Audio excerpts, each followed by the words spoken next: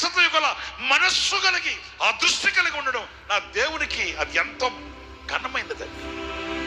పేతురు రాసి పంపించాడండి, నాకంటే నువ్వు ఘనమైన వ్యక్తివి, నాకంటే ముందుగా నువ్వు ప్రభు దగ్గరికి వెళ్తున్నావు, సంతోషంగా వెళ్ళు,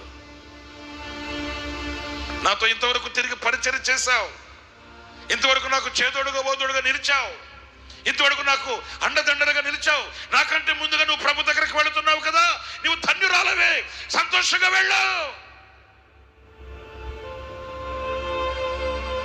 ఆమెను చంపిన 3వ రోజున పేతురును కూడా చంపేశారట. నా ప్రియమైన సహోదరులారా, మరణం అనేది ఒక మలుపుగా తీసుకున్నారే కానీ వాళ్ళు అంతంగా తీసుకోలేదు.